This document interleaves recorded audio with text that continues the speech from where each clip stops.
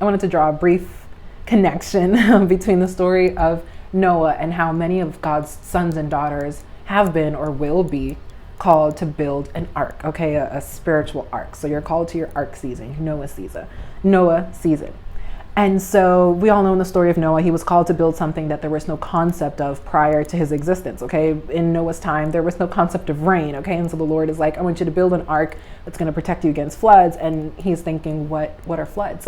What is rain, okay? I believe dew used to come up and water the earth, before the first flood or before the first rainfall back then, like what, BC, okay? Before Christ roamed the earth, okay?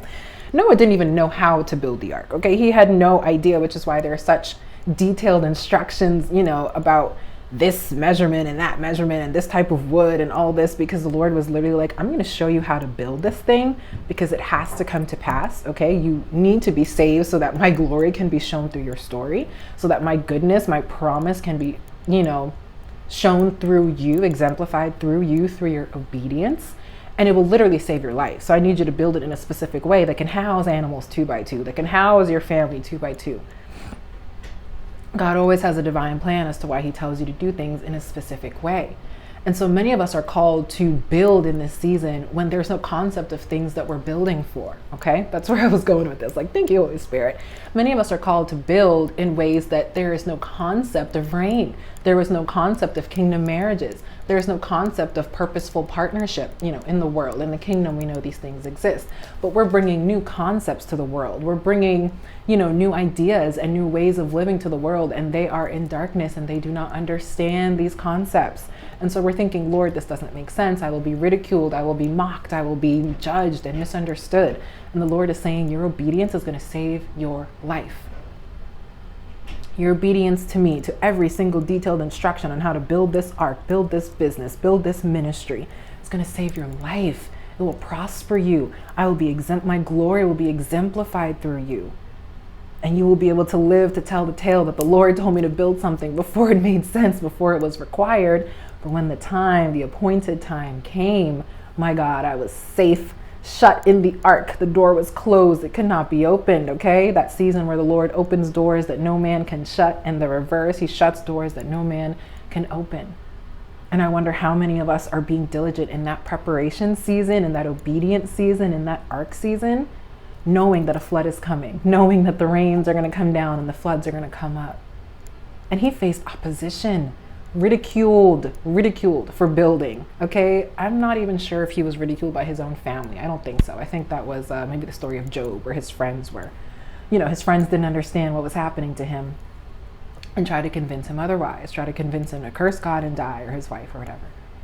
But in the story of Noah, he was diligent. He was obedient in spite of the opposition. And so that's something that I kind of wanted to share on my own personal journey, okay? Building Healed Woman felt like I was going against the grain. It felt like this doesn't make sense for me to build a ministry right now, Lord. I need to be working. I need to be grinding. I need to be doing other things. Like, this cannot be my entire vocation right now. And he said, no, my daughter, it will be. I will sustain you in the building. I will sustain you in the opposition. You don't think I faced opposition on this journey?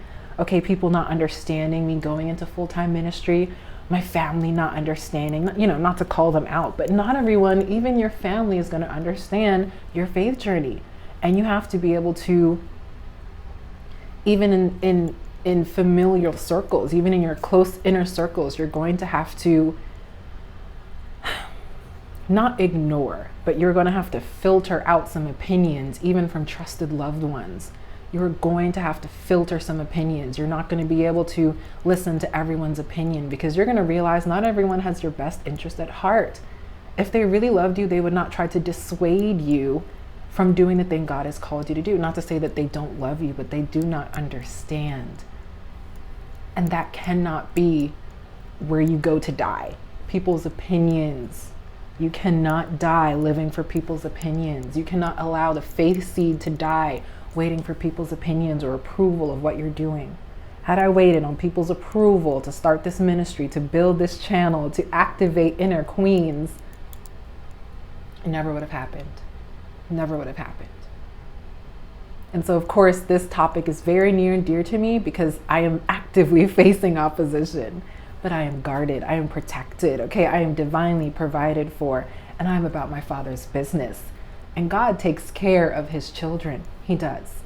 So if your opposition in this season is financial, okay, where you feel like you're up against the wall, you have no idea how you're about to pay rent right now, you have no idea how you're about to fund this business, God is taking care of you. Provision is on the way.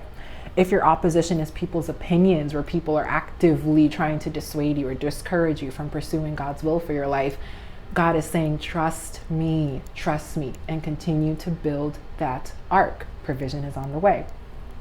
If your opposition is spiritual, where you are being spiritually attacked in this season, where it has been a relentless, pursuit of your soul, of your energy, of your devotion to God, you are divinely protected. You have angels warring on your behalf, okay?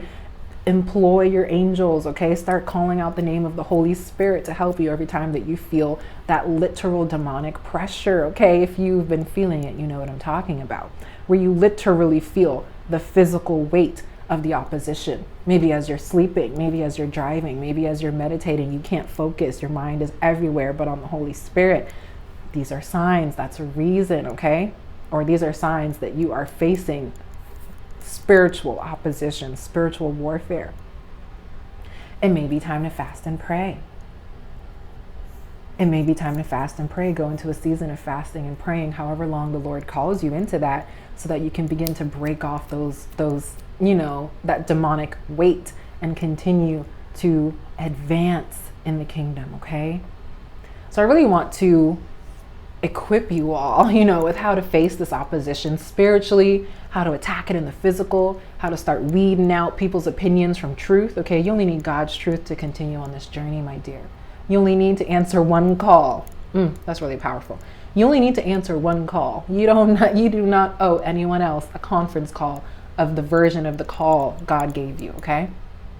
You don't need to call up everyone and tell them this is what God told you to do. No. Move in silence, honey. Move in silence. Move, as quiet as water. And then, when the floods come, it will speak for itself. It will speak for itself, okay? I pray this blessed you all. I pray that you all were able to glean something from this message. I pray that if you are facing opposition right now, you're not alone, okay? God is with you. He will never leave you nor forsake you, okay, my dear? So take heart in the opposition. It's just confirmation, my dear. You're right where you need to be, okay? So I will see you all next week for our future installment of Struggles of a Faith Walk. And with that, I will see you on the other side of obedience. So stay blessed, my beautiful sister.